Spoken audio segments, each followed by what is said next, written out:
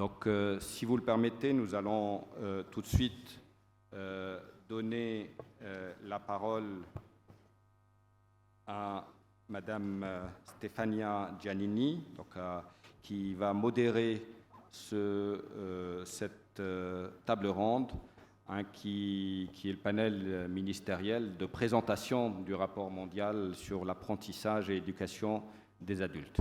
Donc à vous, Madame Giannini, à vous la parole. Merci. Merci beaucoup. Good afternoon, everybody, once again. And conscious of time, I will try my best to save, my reflections. It's an honor, first of all, to chair this panel, which is about launching the report on the GRALE 5 on the adult learning and education, a global report, as you know, with interesting data, with interesting insights, which can really set the scene, as we should do in this conference, for the next decade. So just a few points from my side before giving the floor to ministers who are, and thanks for them, either in person or connected, who are the real main actors of this conversation. I really welcome that GRALE 5 puts a focus on citizenship education. It's very much all what we are doing in SDG 4 is very much about empowering learners, children and adults, for a new model of citizenship we need in this century. And we do think that adult education cannot be simply adaptive or reactive, but it should be transformative. I mean, transformation is one of the key words and the key concept that we have this year, whatever the topic in education, and it's very much a strong message coming out from this report. Civic engagement is crucial to that end today for having a real transformation in education and to have education as a main tool to face contemporary challenges. So I think there is a hope in this report. Then, of course, always you have bad news and good news, and my colleagues already explained something about and will do in the conversation, but I think that there is a hope. It's about participation in adult learning and education, which is expanding actually globally. It's about pre-service and in-service training of educators, which is improving, and more adult learning curricula, which include elements and topics that align with the citizenship education. But of course, there is also a clear message that the way to go is a long way to go. And the main message I see in this report is that adult learning and education is not yet reaching those who need it most.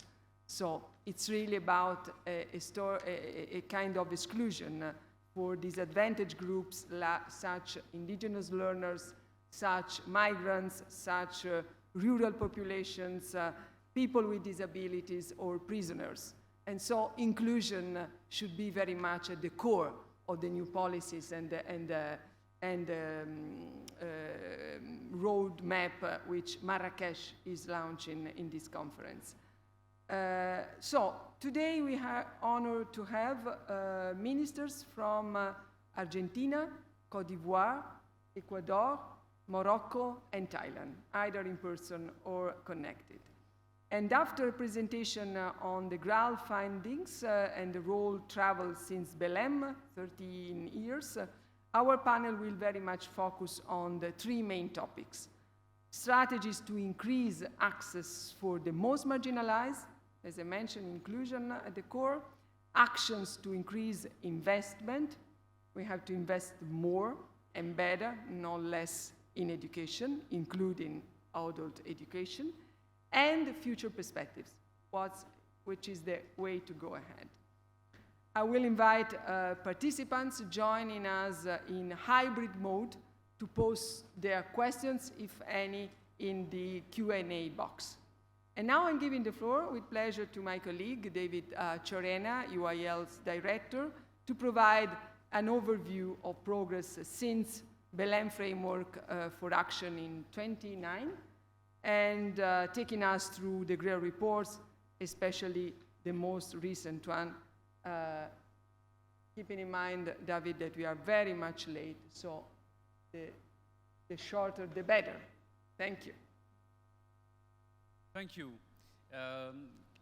Dear delegates, I'm going to take you through a quick overview of the main findings of the fifth global report on adult learning and education, which is the report produced by UNESCO every 3 years to provide an overview of the situation of adult education in terms of progress, but also in terms of challenges and new developments in relation to public policy. So an important function of this report is really to raise awareness of decision makers on an area of education which is, as we will see, sometimes overlooked. So just to remind you that this report is based on a survey that was conducted among all member states that provided information on the situation of adult education, but also on policies and remaining challenges. This survey was conducted just before the COVID-19 crisis, so we don't have the really impact reflected in the information. However, we did collected some information on what I would call the early impacts of the pandemic on adult education. There are three major parts in this report. First of all, a review of the developments in the field of adult education since Belém, the previous CONFINTEA in 2009, to give a long-term perspective, and then a focus on the development since 2018, both in relation to the recommendation on adult learning and education, as well as regarding the implementation of the Belém Framework for Action. And then the thematic focus of the report is on citizenship, which is, of course, a very important element and a dimension for education in general, but including for adult education. Very quickly, I would like just to stress two key findings that come out of the 12 years review. Besides a number of progress, there are still critical challenges when it comes to access to adult education for disadvantaged groups. And there is also, a remaining challenge in terms of investment. So the amount of resources devoted to the subsector is still not adequate. I would like to take you through quickly the trends in terms of illiteracy, which is important. You see on those graphs the overview for over 10 years since Belém. And what is interesting to note is that, first of all, the share of young people within the entire population of illiterate has not changed much. In fact, over 10 years, decreasing from 15% to 13%. And then similarly, when we look at the share of women among the total illiterate population, we see that more or less still about 2/3 of illiterate are women. So there is progress, but progress is slow, and there is indeed really a need of urgency for accelerating efforts. The rates, the literacy rates has, however, increased, for women, for young people, but as you can see on those curves, the speed is still insufficient to address the needs and meet our targets. I would like now to take you through what we've seen in terms of the review since the last report. In terms of policies, it's interesting to note that in a number of countries, new mechanisms have been put in place to facilitate lifelong learning pathways, in particular through the establishment of national qualification frameworks, as well as through the development of recognition, validation, and accreditation systems and tools. So we are seeing already pieces of the puzzles that come together to actually make those lifelong learning pathways a reality. 67% of countries have actually, 60% of countries have actually considered that they made improvements in policy since 2018.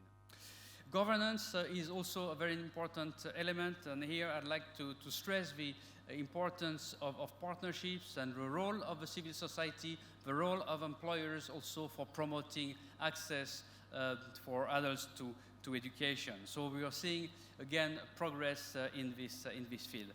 When it comes to financing, the situation is more contrasted. There are still wide diversities.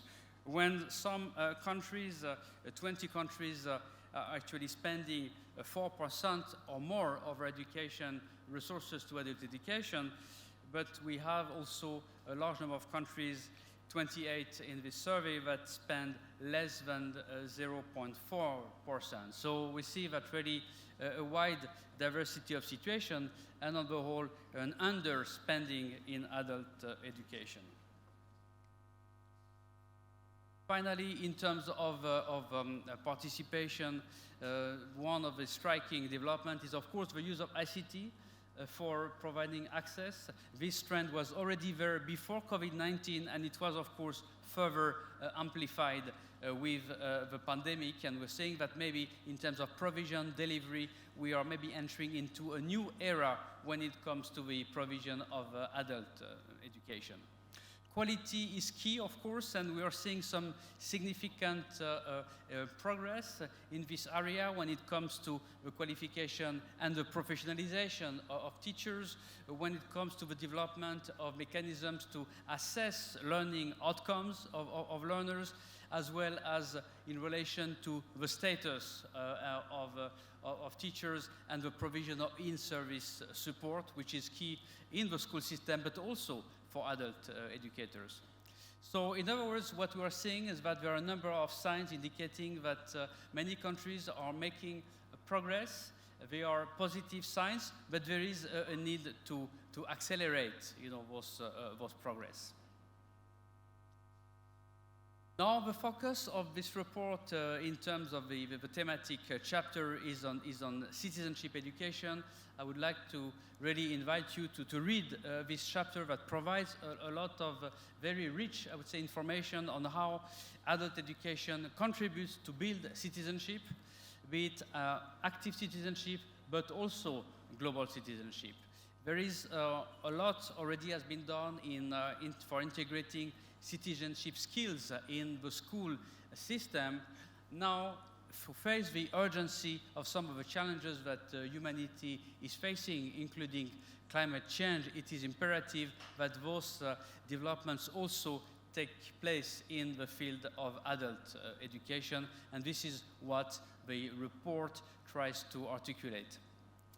Pour terminer, quelques mots sur l'impact du Covid-19, pour souligner effectivement que ce phénomène a accéléré le passage vers des modes d'offres en ligne, l'utilisation de la formation en ligne, de la technologie, le recours à Internet, qui a certes permis de maintenir une certaine participation, un certain niveau de participation dans un grand nombre de pays, mais qui a également contribué dans de nombreux endroits à aggraver les inégalités d'accès.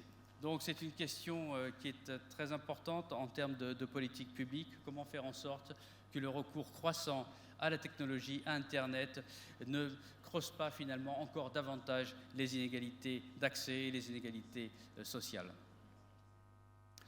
Pour terminer, je voudrais souligner trois points qui sont peut-être les messages clés de ce rapport. Tout d'abord, la nécessité d'accélérer les progrès qui sont déjà là, mais qui nécessitent d'être amplifiés, y compris en termes budgétaires. Le fait qu'il importe de souligner l'importance de l'éducation des adultes pour une citoyenneté active, pour une citoyenneté mondiale, peut-être pour une nouvelle forme de citoyenneté pour faire face aux défis du XXIe siècle.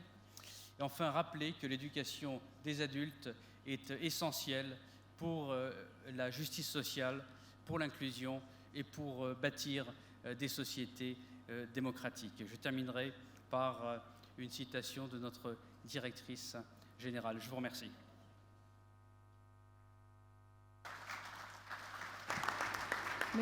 Merci beaucoup. David, tu as souligné des mots-clés, qualité, citoyenneté mondiale, bien sûr, centre des politiques qui ces rapports nous montrent, et surtout inclusion. Et permettez-moi de poser la première question, surtout sur ce point ici, au ministre Miraoui, de la recherche, de l'éducation, de l'enseignement supérieur, de la recherche scientifique et de l'innovation du Maroc, et de focaliser sur ce point, Monsieur le ministre, quelles sont les stratégies que le gouvernement a mises en œuvre pour améliorer la participation des apprenants plus désavantagés, les plus défavorisés, surtout, soit en termes quantitatifs et qualitatifs. Le Maroc a un peu court et je suis très heureuse si vous pouvez nous expliquer la stratégie.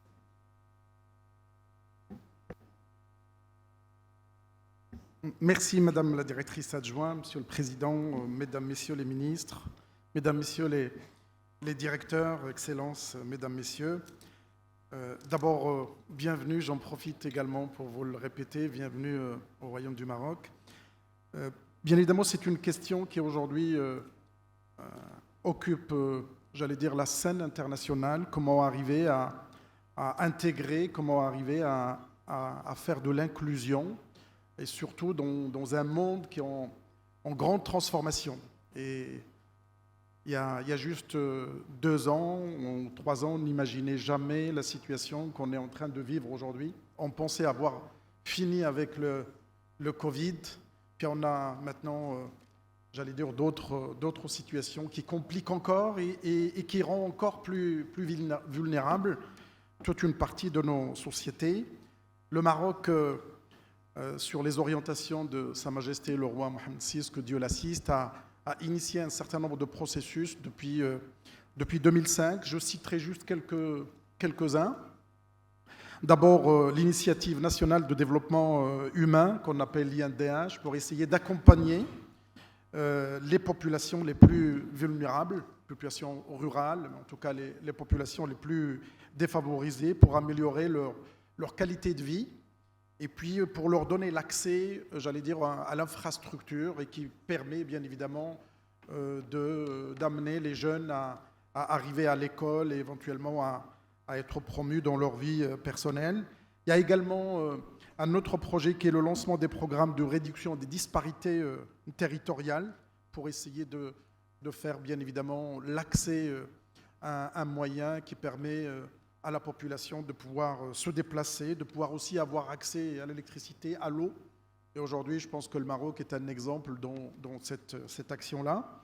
Il y a également, en ce qui concerne l'éducation, c'est les écoles qu'on appelle les écoles de la deuxième chance, pour permettre aux jeunes qui étaient en situation d'abandon scolaire de pouvoir reprendre leur vie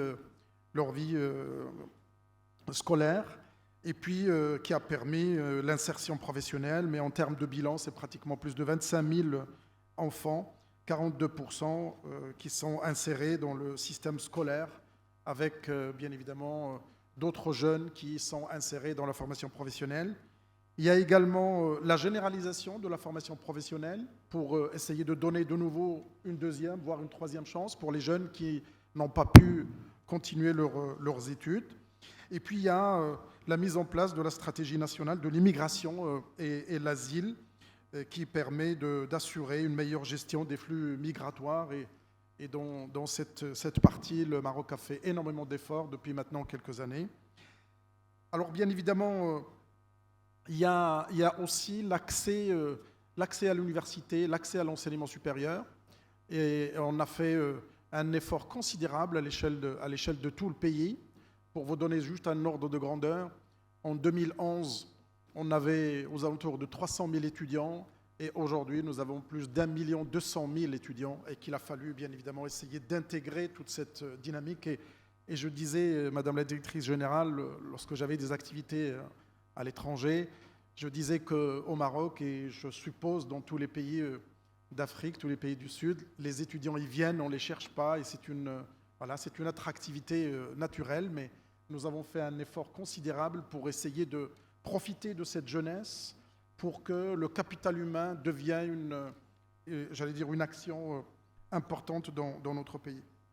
Et puis, nous avons lancé également à l'échelle de l'enseignement supérieur une action qui s'appelle Leadership pour essayer de conforter ou de renforcer la capacitation des jeunes filles à l'université pour qu'elles essayent d'avoir ce qu'on appelle en anglais l'empowerment, d'avoir le leadership qu'il faut pour qu'elles puissent affronter, toutes les résiliences et toutes les difficultés qui existent.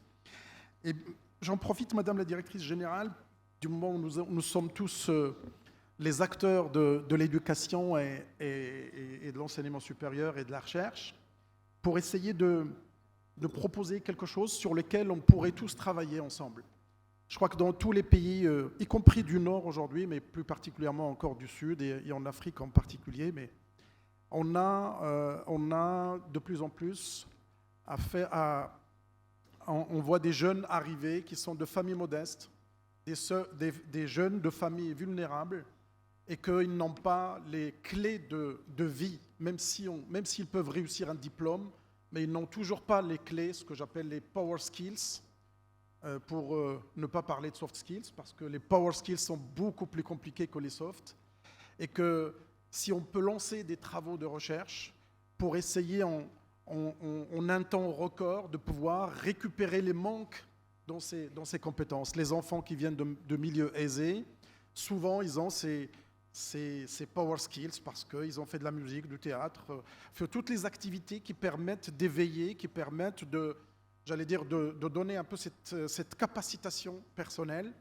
Et je pense qu'il y a aujourd'hui la capacité de pouvoir tous travailler ensemble dans les sciences humaines et sociales, comment essayer de rattraper ces manques, d'abord à l'éducation nationale, mais aussi dans l'enseignement supérieur. Et la discrimination positive que nous sommes en train de continuer à faire pour faire plus d'inclusion, elle donne des résultats, mais on voit qu'il y a des limites, que, encore une fois, comme on le dit partout, que le diplôme est nécessaire, la qualification est nécessaire, mais elle n'est pas suffisante. Et l'idéal serait de l'accompagner avec ces compétences qui feront les leaders de demain et qui feront que les enfants de familles modestes puissent avoir, l'égalité des chances, ou plutôt l'équité qu'il faut pour qu'ils puissent réussir dans leur vie. Et bien évidemment, ceci nous permettra de rattraper le manque qu'il y a entre le Sud et le Nord. Aujourd'hui, dans le Sud, on est aux alentours de 30% jusqu'à 50% de la capacité d'utilisation du potentiel humain. Et dans les pays du Nord, on dépasse les 70-80%. Et je pense que là, il y a un gros travail sur la question de l'empowerment et sur la question de l'utilisation de toutes ces compétences.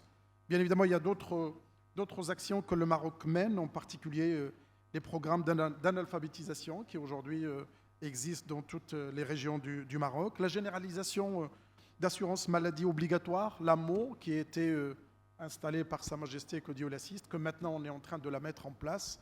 C'est un progrès considérable et que vous savez, le lien entre l'éducation et la santé, qui sont des liens qui sont très, très forts.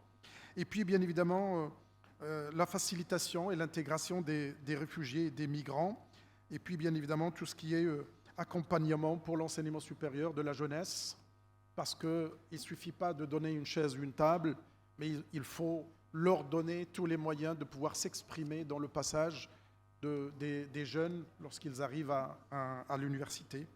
Je ne voudrais pas être trop long, Madame la Directrice Générale, mais je pense qu'on est dans une réunion qui nous permettra peut-être de réfléchir comment diminuer ces inégalités des jeunes quand ils sont de milieux défavorisés et de milieux vulnérables.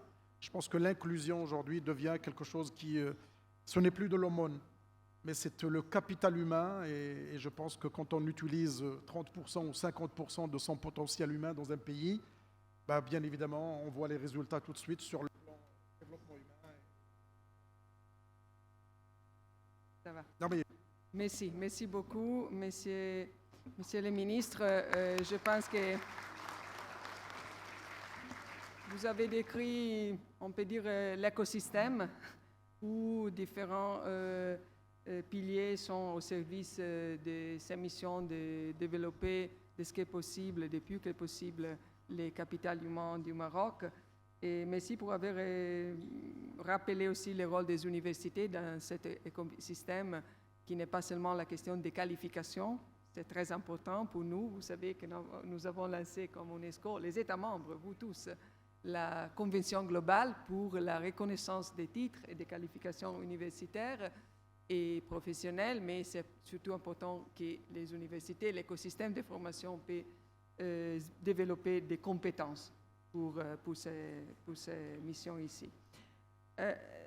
I wish now to put the same question, more or less, to another region of the world, another guest in this panel. I suppose that Deputy Minister of Education of Thailand, Ms. Kanokwan Vilawan, is connected with us. Yes, I see. Thank you for being with us, Madam Deputy Minister. Thailand, by the way, is the country that just hosted 2 weeks ago. I had the privilege to be there to attend the Regional Education Ministers Conference for SDG 4 with a strong message about transformation, just to bring this message to Paris and New York is also our common task. So, Madam Kanokwan, please, if you can share with us, staying possibly in 4 or 5 minutes, the strategy of your country in order to put inclusion at the core of adult education policies and all what you are doing in your country to develop SDG 4. Thank you. Thank you. Excellency, distinguished delegates, ladies and gentlemen, it is a great pleasure to me to represent Thailand in this ministerial panel during the CONFINTEA 7 today. Let me take this opportunity to convey my sincere appreciation to the Kingdom of Morocco for hosting this. For hosting this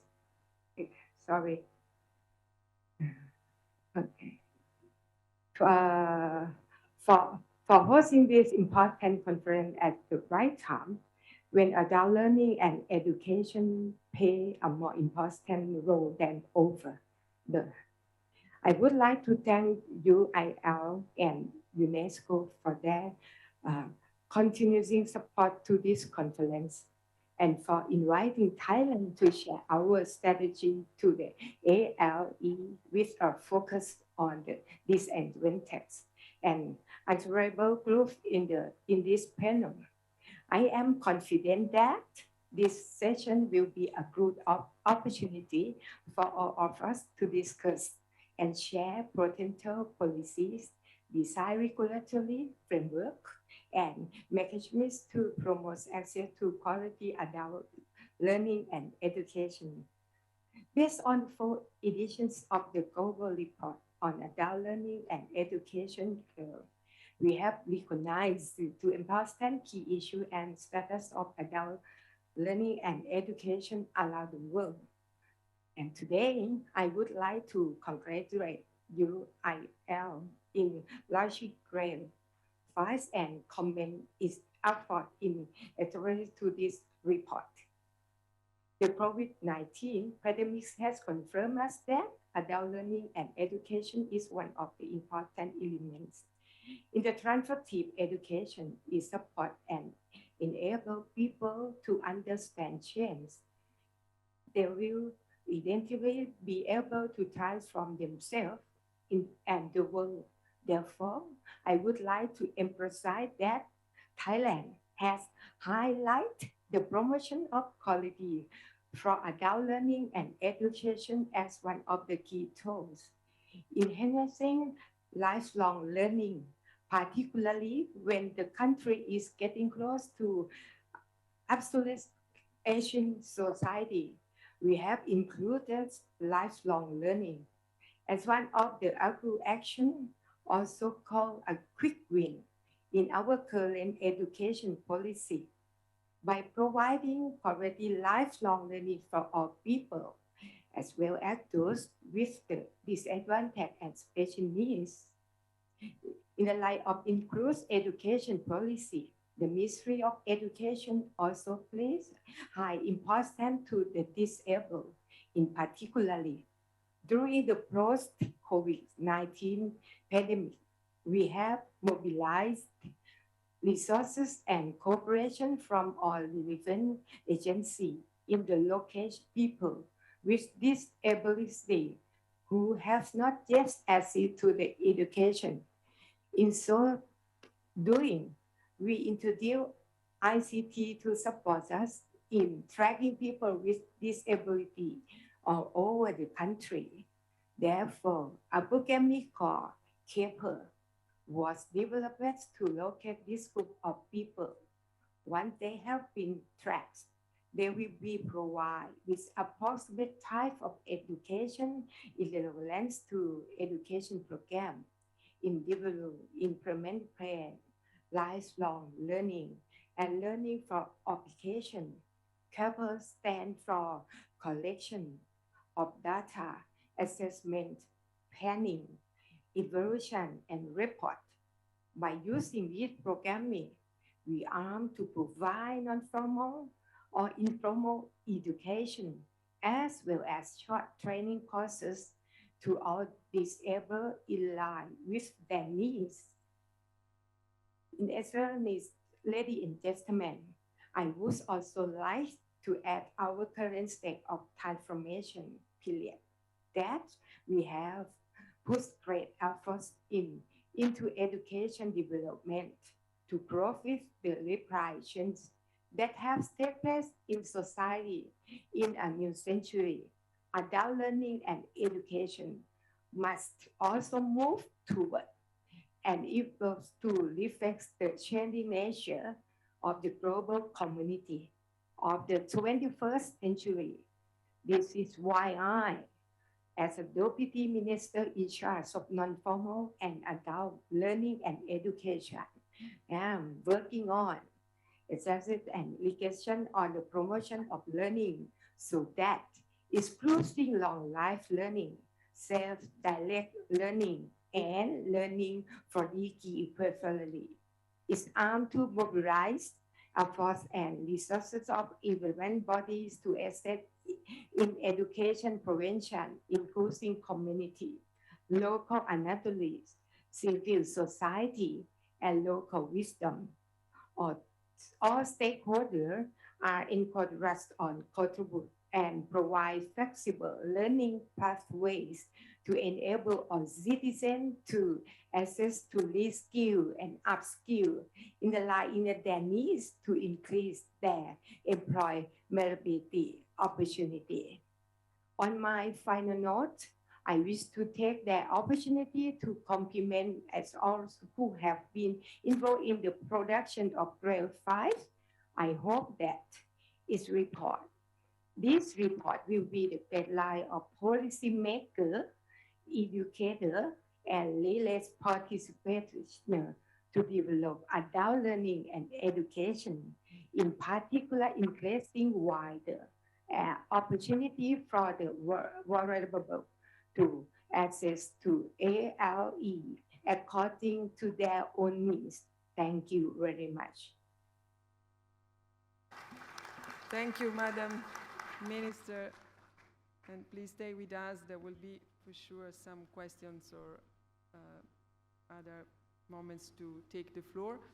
And I wish to now to move to the second topic of our session. Thanks, first of all, ministers, for having shared with us their own national perspectives. Permettez-moi d'aborder un deuxième sujet qui s'agit de l'investissement dans l'apprentissage et l'éducation des adultes spécifiquement. Et oui, on a déjà dit dans ces premières séances que malgré la reconnaissance de sa valeur économique, sa valeur sociale et civique, l'investissement est bien en-dessus du niveau jugé nécessaire dans le cadre de l'action de Belém. Et de plus, il existe une très grande divergence, comme notre rapport nous a montré clairement, en termes de financement parmi les pays. Une fois encore, nous entendrons des ministres pour répondre à la deuxième question qu'on a pensée. Et quelles mesures le gouvernement prennent-ils pour augmenter les financements, les investissements dans l'apprentissage et l'éducation des adultes parmi les politiques éducatives et l'agenda de l'ODD 4?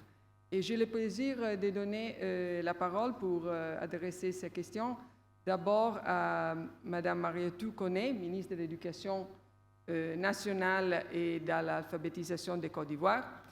Merci pour nous donner le cadre des politiques de votre...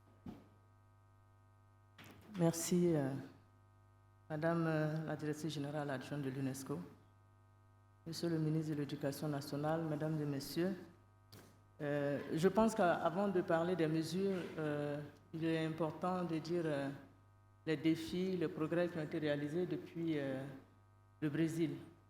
Alors, à ce titre-là, je voudrais dire que lors des consultations régionales en 2021,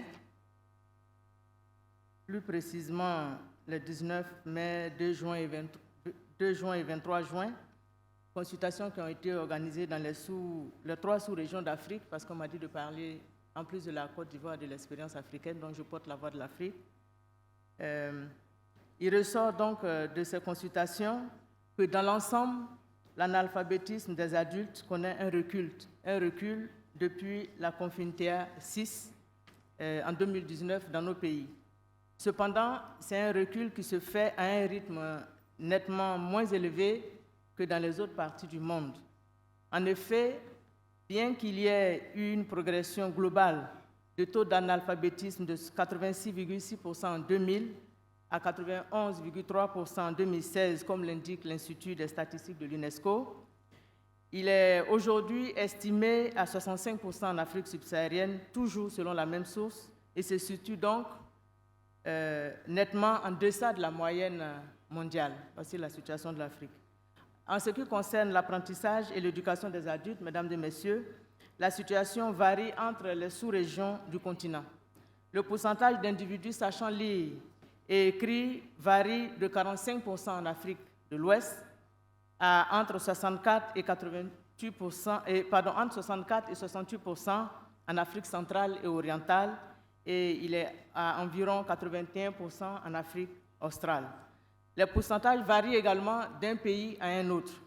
Excellences, Mesdames et Messieurs, qu'est-ce qui pourrait expliquer les raisons de ce retard qu'accuse l'Afrique subsaharienne en matière d'éducation des adultes? On pourrait dire qu'il y a plusieurs raisons, des raisons diverses. Entre autres, nous pouvons citer la divergence dans les choix de politiques d'éducation des adultes d'un État à un autre, le manque de stratégies structurées et ou l'appropriation d'expériences multidirectionnelles. La situation est encore aggravée par d'autres facteurs, comme l'insécurité, surtout dans le Sahel, les rébellions, les migrations, les changements démographiques. Tout cela a un impact considérable sur les systèmes éducatifs en général et sur l'offre d'éducation des adultes en particulier. Alors, Que faire pour revenir donc à la question de Madame la DGA? Pour faire face au défi de l'analphabétisme, des priorités ont été identifiées lors de ces consultations régionales. Sans être exhaustif, on peut noter qu'il faut un engagement politique de haut niveau dans nos États en faveur de l'apprentissage et de l'éducation des adultes, qui aura pour conséquence l'augmentation de l'allocation budgétaire à l'apprentissage et à l'éducation des adultes afin d'améliorer l'accès et de garantir la durabilité des interventions. Il y a également la création ou la revitalisation des structures de collecte de fonds pour l'apprentissage et l'éducation des adultes, l'accélération dans nos États de la réglementation relative aux éducateurs professionnels, de l'apprentissage et de l'éducation des adultes et au processus de certification par la reconnaissance, la validation et l'accréditation des acquis. On peut citer également le développement d'éthique, des technologies de l'information et de la communication et du numérique pour faciliter l'accès à l'apprentissage et l'éducation des adultes. Par exemple, l'initiative de l'ONG en Côte d'Ivoire, lauréate du prix UNESCO Confucius 2021 de l'alphabétisation. On peut également citer la promotion de l'apprentissage à distance, la mise à disposition de plateformes pour partager les expériences et les bonnes pratiques en matière d'apprentissage et d'éducation des adultes. Et enfin, il y en a plusieurs, mais je m'arrête là, l'introduction d'initiatives visant à combiner l'apprentissage de la lecture, de l'écriture et du calcul avec l'acquisition des compétences entrepreneuriales. Excellences, Mesdames et Messieurs, ce sont là des priorités qui ont été identifiées et dont la réalisation pourrait contribuer à réduire considérablement d'ici 2030 le taux d'analphabétisme en Afrique.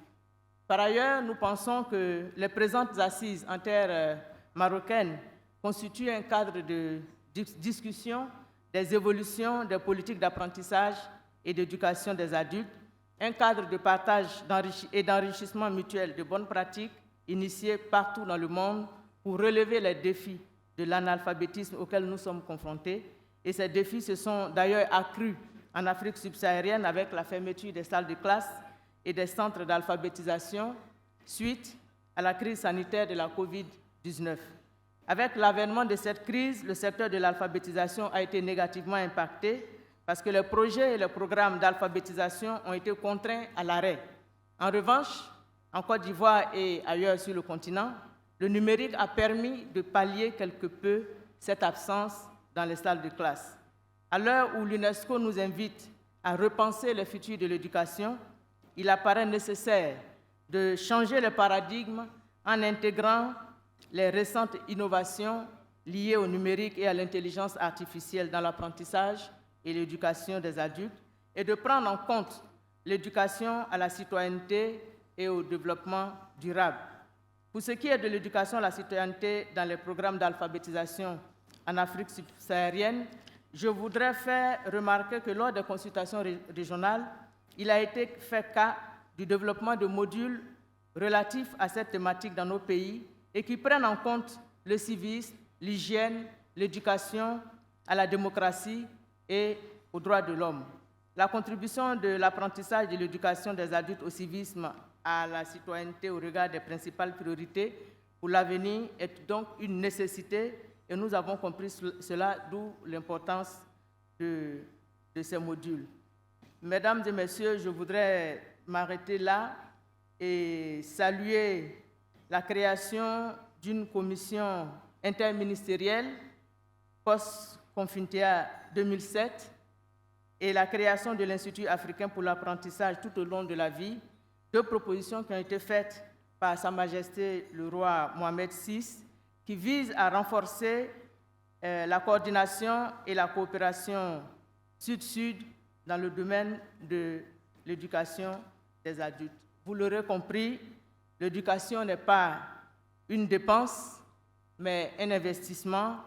Alors, au sortir d'ici, investissons plus, investissons bien en tenant compte des groupes sociaux vulnérables. Je vous remercie infiniment. Merci beaucoup. Madame la ministre, l'éducation n'est pas une dépense, mais un investissement. C'est un peu les messages très forts que nous voudrions donner à travers ce processus de transformation de l'éducation, cette année surtout. Par ailleurs, le Côte d'Ivoire est un pays qui s'était déjà mobilisé depuis au moins 2 ans à travers les états généraux de l'éducation. Et je pense que tous les politiques que vous avez décrites sont partie essentielle de ces stratégies. I wish now to put the same question kindly to Ms. Christina Pesdotter, State Secretary of Education and Research in Sweden, to give the perspective of a country which has for sure a different context and different, same ambition, I would say, but different ways to put in practice. Thank you very much, State. Thank you so much. And dear host and organizer, Kingdom of Morocco and UNESCO, thank you for hosting this event. And distinguished ministers, dear colleagues and friends, thank you for the possibility to speak on this panel. And thank you for a very interesting, important, and illuminating report. In our work on adult learning and education, Sweden is firmly committed to the principle of leaving no one behind. This includes, as we can also read in the report, strengthening efforts to provide quality education to newly arrived adult migrants and addressing the digital divide to reach also the elderly. Good quality education is a human right. Everyone, including, of course, women and girls, have to be provided the opportunity to enjoy this right throughout life. Investment in inclusive, good quality adult learning and education is a prerequisite for sustainable societies. I'm very happy to answer the question on what actions the Swedish government is taking to increase investments in adult learning and education, and I would like to mention 4 different areas. First, Sweden has expanded the education places for adults by 160,000 during the last years, and also boosting this expansion more than planned during the COVID-19 pandemic to make sure that when unemployment rose, the people could use that time in education instead of in passive unemployment. And also bearing in mind that Sweden has a population around 10 million people, so this is a very big expansion. An expansion of the adult education has been needed to meet the skills shortages in many sectors of the labor market, and most probably the expansion will need to continue to meet the needs of new skills on the labor market, not least because of the climate change and the Swedish government's ambition to take lead in this green transition of the economy. Also, the other mega trends, such as digitalization and automatization, also increase the need for expanding adult education and making lifelong learning the new normal. Secondly, Sweden has, over the past decade, welcomed many migrants fleeing wars around the world, and that made us see the need for developing adult education for migrants. An innovation in our adult education that we now are scaling up is vocational education in combination with education in the Swedish language. And the first evaluation shows that combining these two, both vocational education and language education, increases the learner's motivation. Thirdly, and this is the biggest innovation in Swedish labor market and education policy area in decades, I'm talking about a new student finance scheme for re- and upskilling. The greatest obstacle to lifelong learning in Sweden is financing time away from work. That obstacle will now be removed. This scheme will make it significantly easier for people with work experience to undertake further education or training using student finance in the form of grants and loans. For the vast majority, this will be equivalent to at least 80% of their wages. And now it will be possible to study up to 1 year while receiving this new and very generous student finance. This means that individuals who are in the middle of their lives with children and mortgages will be in a much greater position to take time off work in order to re-skill, upskill, or change their career completely. This new scheme has been developed in cooperation with the social partners, so the unions and the employers. And the fourth area I would like to spend a few words on is cooperation. Adult learning and education is a very broad field, and not one actor alone has all the solutions or all the ideas needed for success. The Swedish government has, after 3 years of work, just a week ago, successfully closed the work of 4 strategic cooperation programs. In these programs, high-level representatives from the industry, the academia, and public authorities came together to find solutions to some of the bigger challenges in society today. The 4 programs focused respectively on climate change, digitalization, health and life science, and the 4th was skill supply and lifelong learning. I've been active in this last program, the program on skill supply and lifelong learning, and I can say that it had not been possible to come up with all the great ideas that we could. When coming together, we could generate new ideas that not one partner alone could do. The government also see the need for a closer cooperation between the different national agencies working with different aspects of skill supply and lifelong learning. So now 8 different national agencies are coming together to do a better job with these issues.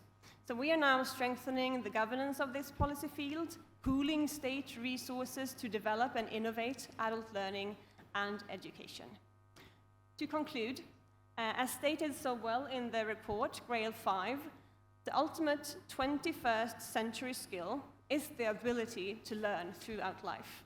And this is what the Swedish government wants to achieve through more education places in adult learning, a new student finance scheme for re- and upskilling, cooperation, and innovation. Thank you. Thank you very much for this clear description of these 4 lines of action in Sweden. And this brings me to the last mile we have in this panel, which is the last question, the last topic, which is about the future, which has the future perspectives we have to implement and to translate in a concrete action in order to develop this new notion of global citizenship that comes very clearly as a message, as a call for action from the report as well, and from the Marrakesh framework for action for sure. A few words just to recall really the engagement historically, traditionally of UNESCO on this important topic, education for global citizenship and sustainable development as 2, very, very much close, intricately linked part of the roadmap of SDG 4. As you know, UNESCO has been at the forefront or in promoting programs, policies all over the world to integrate these competencies and these values. It's not only about competencies, it's very much about vision and values into curricula. And I think it's very encouraging for us that the GRALE 5 report finds that there has been significant progress in citizenship education since 2009 on this point. And the last question then for us is about governments' policies to promote, to include and promote global citizenship in adult learning and training. And I wish to put this question to other ministers connected with us, at least one of them. First, Minister Maria Brown Perez, Ministra de Educación de Ecuador, and later, and the last one speaker, Mr. Jaime Persic, Ministro de Educación de Argentina. Maria, Brown, Ministra de Educación. Buenos días. Buenos días. Thank you, Madame Giannini. It's always a pleasure to see you. If you will allow me, I will switch to Spanish now. Sure. Un buen día a todos, un buen día con todos. Mi agradecimiento a los organizadores del evento, a Marruecos por abrirnos sus puertas. Muchísimas gracias. Para mí es muy grato estar aquí y referirme a los avances que ha tenido no solo Ecuador, sino la región de América Latina en general, en cuanto a la garantía de los derechos educativos para las personas jóvenes y adultas. Esta intervención tiene por objetivo abordar tres primeros detalles, digamos, los avances en tres áreas. En primer lugar, haré una breve descripción de la problemática asociada a la brecha educativa en América Latina. Como segundo punto, realizaré un resumen de los aprendizajes recientes de la región en los últimos años y para terminar, muy brevemente, abordaré los desafíos actuales para el nuevo periodo. Quiero además enviar un especial saludo a las unidades de los Ministerios de Educación de México, Colombia, Chile y Perú, quienes generosamente compartieron sus reflexiones con nosotros para elaborar esta intervención. Sobre el primer punto, las brechas educativas actuales en países con presencia de analfabetismo o escolaridad inconclusa respecto al nivel educativo obligatorio establecido, oscila entre 5 y 8 millones de personas pertenecientes a grupos con más de una vulnerabilidad. En varios países de la región, estas brechas significan que 1 de cada 3 jóvenes y adultos no han concluido sus estudios. En algunos países de la región, la cifra llega a 2 de cada 3. Asimismo, los modelos o propuestas educativas implementados para mitigar la brecha suelen enfocarse en la educación para niños, niñas y adolescentes sin considerar la población de jóvenes y adultos. En este sentido, quisiera mencionar 2 problemas estructurales y comunes a la mayoría de los países de América Latina y el Caribe. El primero tiene que ver con la formación de los docentes de educación para jóvenes y adultos, los docentes de EPJA, causando esto causado por la ausencia o poca formación inicial y continua especializada para este gremio específico de docentes. Y el segundo es acerca del presupuesto que ya fue mencionado anteriormente. Es un presupuesto limitado de los estados. Y en este sentido existe la necesidad apremiante de realizar una evaluación de las prioridades presupuestarias y la reprogramación de los recursos para avanzar en el cierre de brechas para los jóvenes y adultos. En el segundo punto que había anticipado abordaría, me gustaría compartir algunas ideas generales alineadas al proyecto del Marco de Acción de Marrakech y de los debates compartidos entre países durante el proceso de preparación de esta 7ª conferencia. Un punto común ha sido el impulsar la incorporación de los jóvenes dentro del concepto de atención a esta población, teniendo en cuenta que la brecha educativa y las acciones implementadas en cada uno de nuestros países incluyen no solo a la población adulta, sino también a la población joven e incluso adolescentes. Una segunda idea es que ha cobrado además cada vez más relevancia en la región, es entender que el enfoque educativo de la EPJA debe responder a las diferentes necesidades y contextos de la población objetivo y comprender la perspectiva de la educación en derechos y para el desarrollo sostenible. De igual manera, nuestra región se ha caracterizado en los últimos años por un esfuerzo en generar políticas de Estado para abordar desafíos indispensables para la sostenibilidad del derecho a una educación que por ningún motivo debe parar. Y esto además ha sido reforzado durante la pandemia. Las escuelas siempre deben ser las primeras en abrirse y las últimas en cerrarse en cualquier contexto. Debemos garantizar la educación a lo largo de la vida y en cualquier circunstancia y permear este concepto de educación a lo largo de la vida en las políticas públicas, en donde las habilidades y competencias incluyen la educación para la ciudadanía. Por otro lado, destacar que Perú, Chile, México, Colombia, Costa Rica y Ecuador son algunos de los países que han logrado consolidar acciones ejemplares.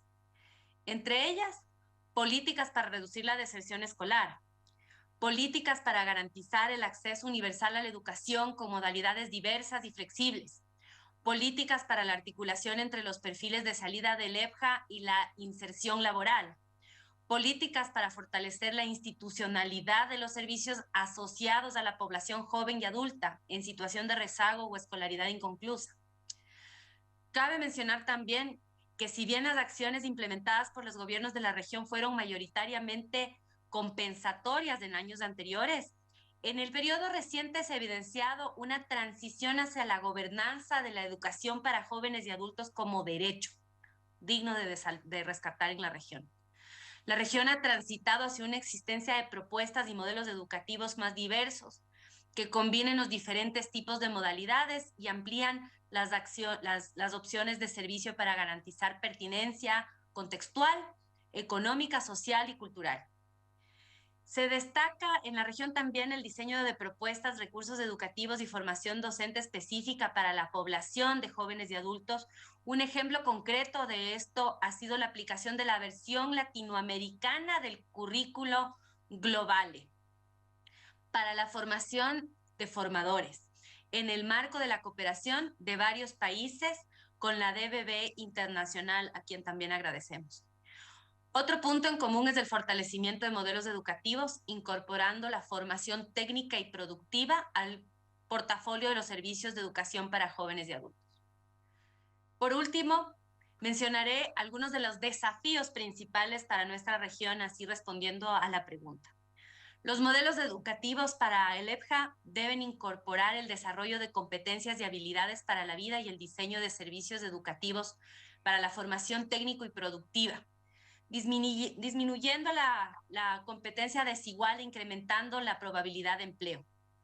El fortalecimiento de alianzas público-privadas se ha tornado fundamental para ampliar el impacto de las políticas, así como asegurar una continuidad de inserción laboral para los estudiantes. También se vuelve de suma importancia al momento de desarrollar la formación técnica y productiva. La empleabilidad de los jóvenes y adultos, una vez culminados ya sus estudios, debe también ser un desvelo de los ministerios de educación, quienes están llamados a formar a sus estudiantes según la demanda del sector laboral y productivo y a trazar puentes con otras entidades del Estado y con la sociedad civil. El financiamiento, nuevamente, para políticas públicas enfocadas en la población EPJA, sin duda otro reto para la región.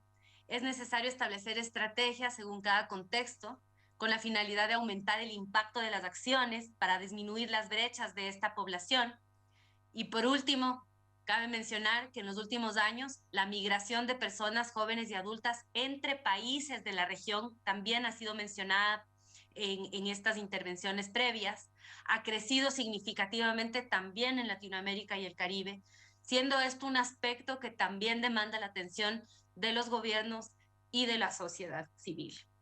Esperando no haberme extendido excesivamente en el tiempo, muchísimas gracias por este espacio y auguro una fructífera semana de trabajo. Muchísimas gracias. Muchísimas gracias a la ministra María Brown Pérez, ministra de Educación de Ecuador. Me dirijo ahora al ministro de Educación de Argentina, señor Jaime Persic. El mes pasado Argentina acogió la reunión paralela regional de ministros de Educación en Buenos Aires, a la que también tuve el honor de asistir. Señor ministro, espero que está ya.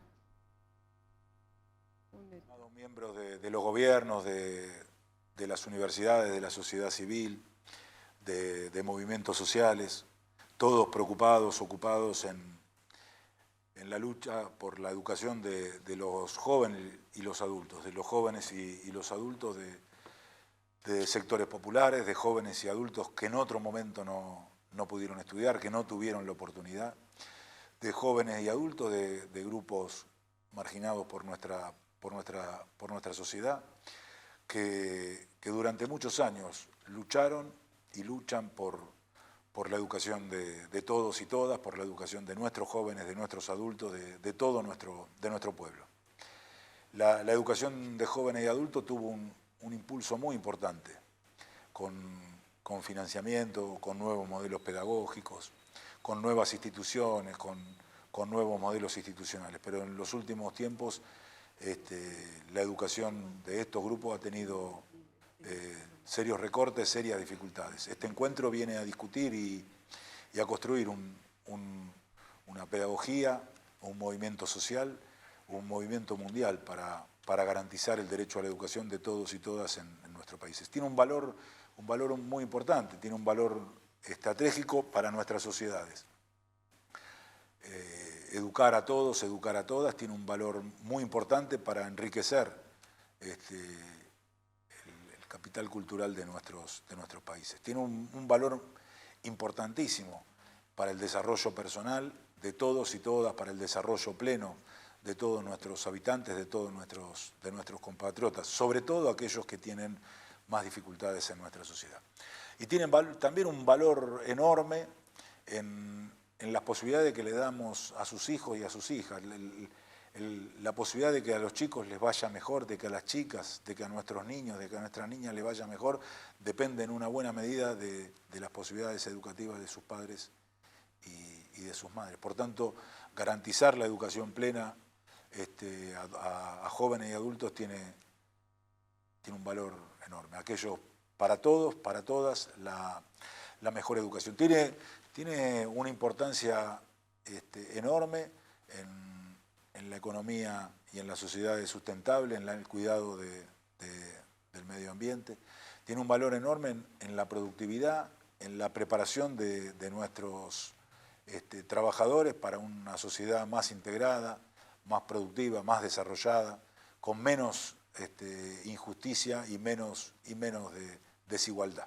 Tiene un valor estratégico en el desarrollo de educación para jóvenes y adultos con igualdad de género. En la educación es una herramienta muy importante para disminuir las desigualdades y al mismo tiempo construir sociedades igualitarias.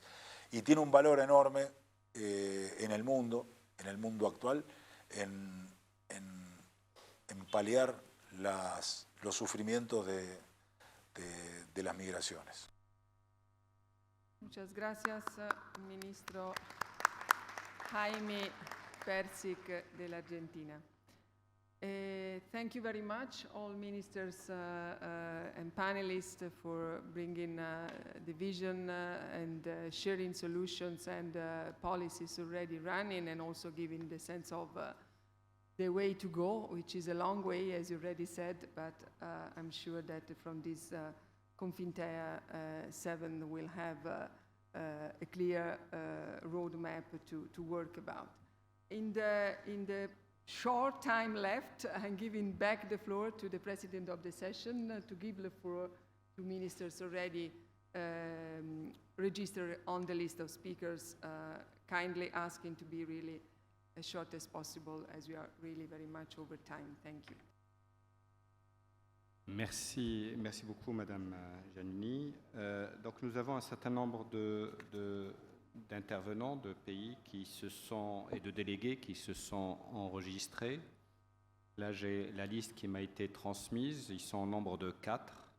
Le Japon en ligne, Ukraine en ligne, les îles Salomon dans la salle et le Sénégal dans la salle.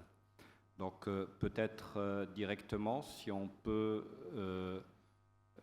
donner le lien avec le Japon pour permettre aux délégués du Japon d'intervenir.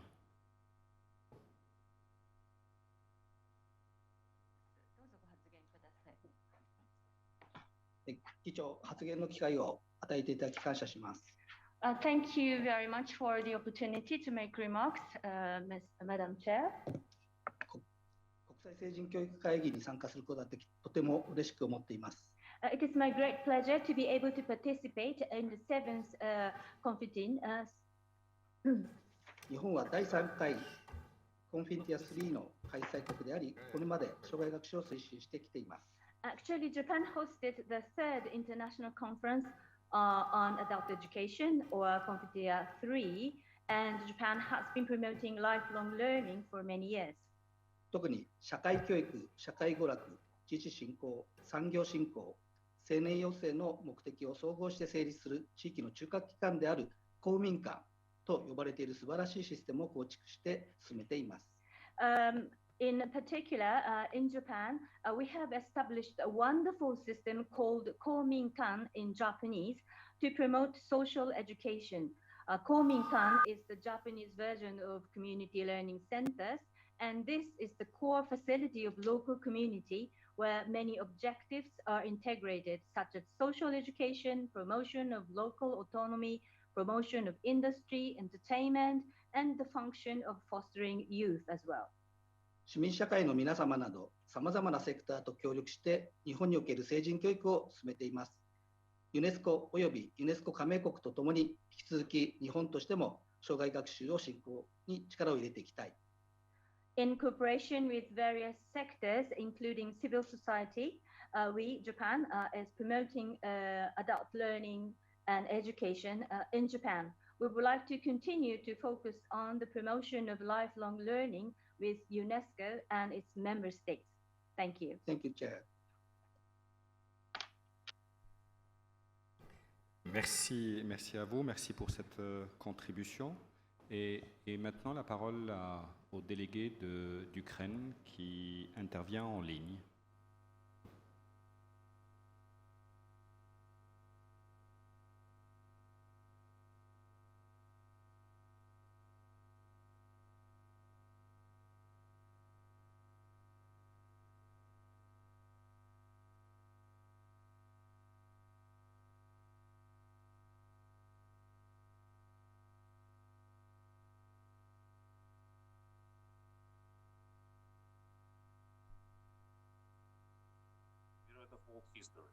Nous n'avons pas for Ukraine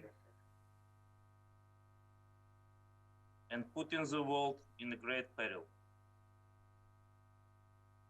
Every single minute over the last 113 days, the Russian army has committed crimes against humanity, killing the civilian population of Ukraine, including elderly, women, and children, destroying peaceful towns and villages, and putting the country on the brink of humanitarian disaster. In this short period of time, thousands of civilians have been killed, forcibly deported to Russia, or gone missing. Hundreds of thousands have lost their homes, and millions of our citizens have been forced to flee their region in search of security. As of the morning of June 11th, about 800 children have served in Ukraine. 287 children have been killed. Since the large-scale invasion began, more than 1,800 educational institutions have been heavily bombed and shelled by the Russian aggressor, with 174 educational institutions being completely destroyed. The greatest number of schools and universities have been completely destroyed in Mariupol and Kharkiv. A large number of educational institutions have been damaged in Sumy, Chernihiv, Kiev, and other cities of Ukraine.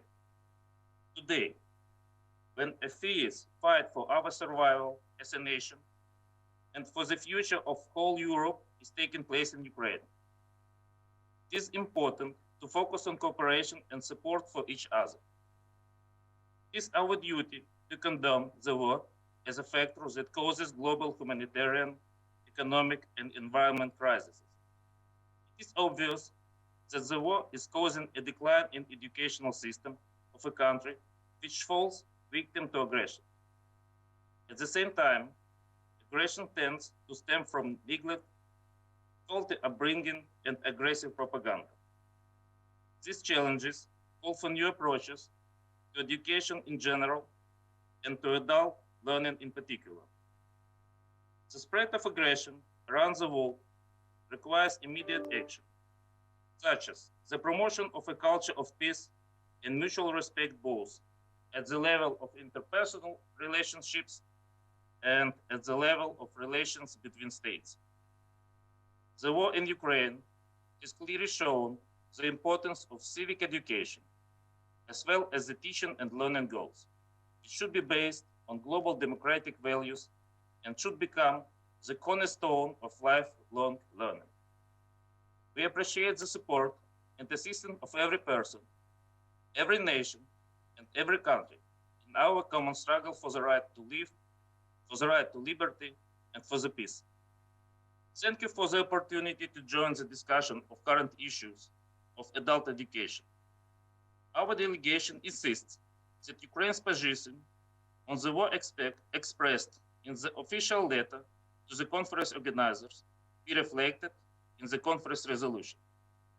I wish you all very best of health, peace, and well-being, and glory to Ukraine.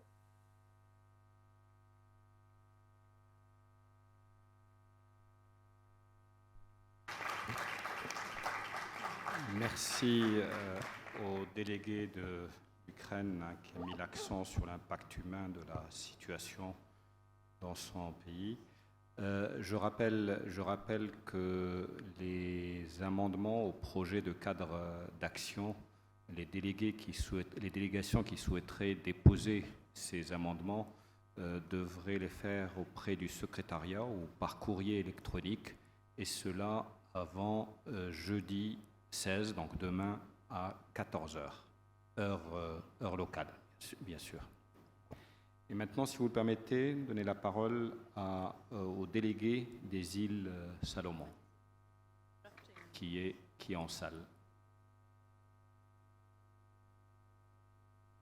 Thank you. Chairperson of the conference, Assistant Director General Education, Excellencies, Director of UNESCO Institute for Lifelong Learning, distinguished delegates, ladies and gentlemen. I am indeed honored to be present today at this 7th International Conference on Adult Learning and Education. First and foremost, I wish to record my appreciation to the Director for having administered the Institute for Lifelong Learning and System very well and effectively in the past years. Today, when the world is faced with many challenges such as climate change, social issues, war, violence, and poverty, just to name a few, the role of UNESCO as a platform for intellectual debate to foster peace and sustainable development through education, science, social and human science, and culture has become very important. I cannot stress enough that education is the core of my ministry's portfolio, and since Solomon Islands government has just made the decision to more actively move in this area, which includes literacy, numeracy, as well as an approach to lifelong learning, we have and are making important progress in primary and secondary education, and we are now expanding early childhood education development. Importantly, we are also increasingly focused on the need to ensure an approach to lifelong learning is embedded throughout our education system, as well as ensuring more realistic school-to-work or school-to-life transition. Our Solomon Islands education system, like many, has traditionally focused on more formal education with an emphasis on passing exams, and while this has been the case, have overlooked opportunity and encouragement of informal education and that of those who are outside the formal system. We have done little to encourage those who have left the system to engage in literacy and numeracy learning in an informal sense. The COVID pandemic has showed my ministry the importance of inclusion, of community engagement and education. As a result of our previously more academically focused education, we now have many adults whom don't have basic literacy and numeracy skills. And this was realized during the pandemic, where students needed the guidance and assistance of parents during lockdowns and when the schools are closed. The Solomon Islands government has not previously done much work on this area to address this issue. The COVID-19 experience emerged the importance of using technologies for learning, distance learning, online learning, and sharing the knowledge of COVID-19 and how to stop its spread. These are the examples of what improved adult literacy might do to support general life as well as students' learnings in the Solomon Islands. I acknowledge the Solomon Islands requires and improve focus on adult learning and skills development to help our broader community, those who are outside of the formal education system. Basic literacy and numeracy should be fundamental for all our people, as is improved learning of skills for life.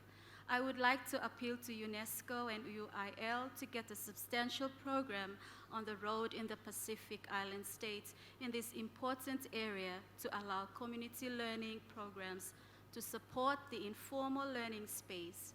Added to the formal sectors of education, access to quality and relevant adult learning in literacy, numeracy, and relevant skills for life is important because it will contribute to the livelihood of Solomon Islands citizens. In conclusion, I wish to state that Solomon Islands is committed to achieving progress towards the achievement of SDG number 4, which is quality education for Solomon Islands. Thank you.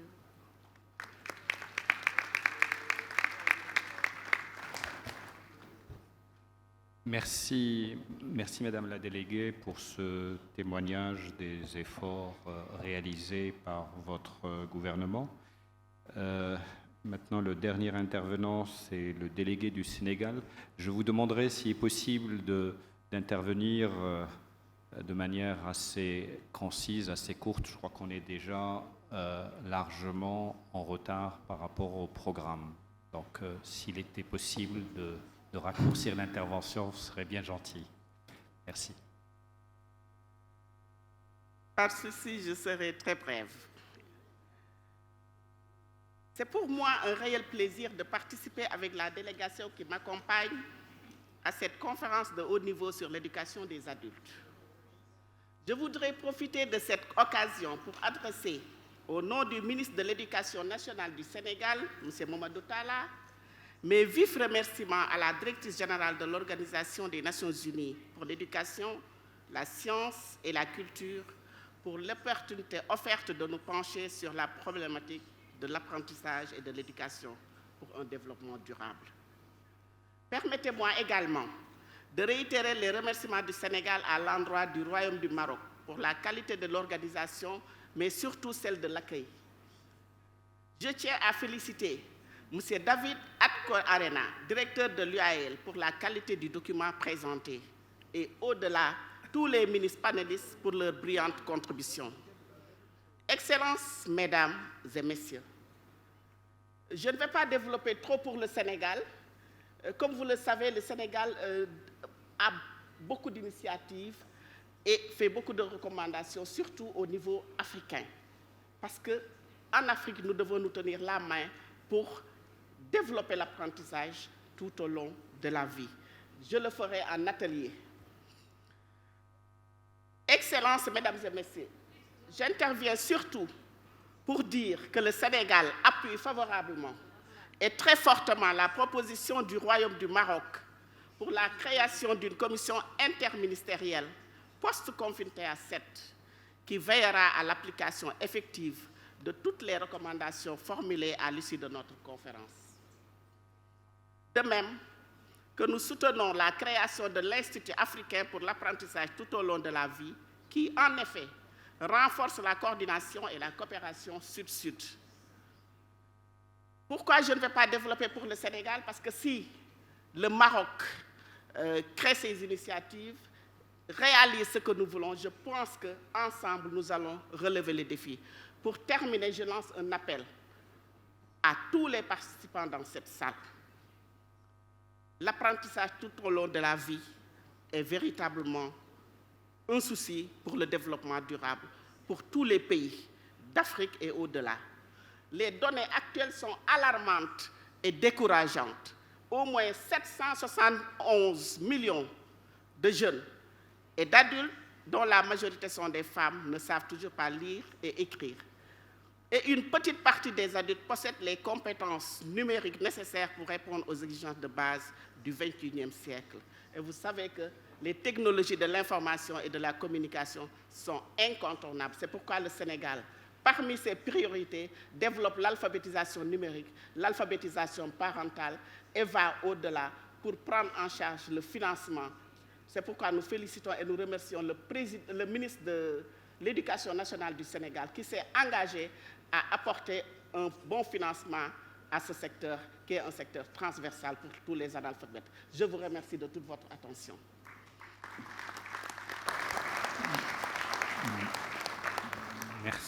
Merci beaucoup, Madame la déléguée du Sénégal, pour ces recommandations. Et maintenant, comme je crois que nous sommes un peu short dans le temps, je repasse la parole à la modératrice de la table. Merci beaucoup, Monsieur le Président. I'm taking very seriously your kind advice to be short at the end of a long session, inspiring session. I wish to thank really warmly all the speakers, ministers who took the floor for shared vision. And I wish to thank them especially for sharing a common commitment to transform education, and namely, in this context, adult education. Let's transform it together. Thank you.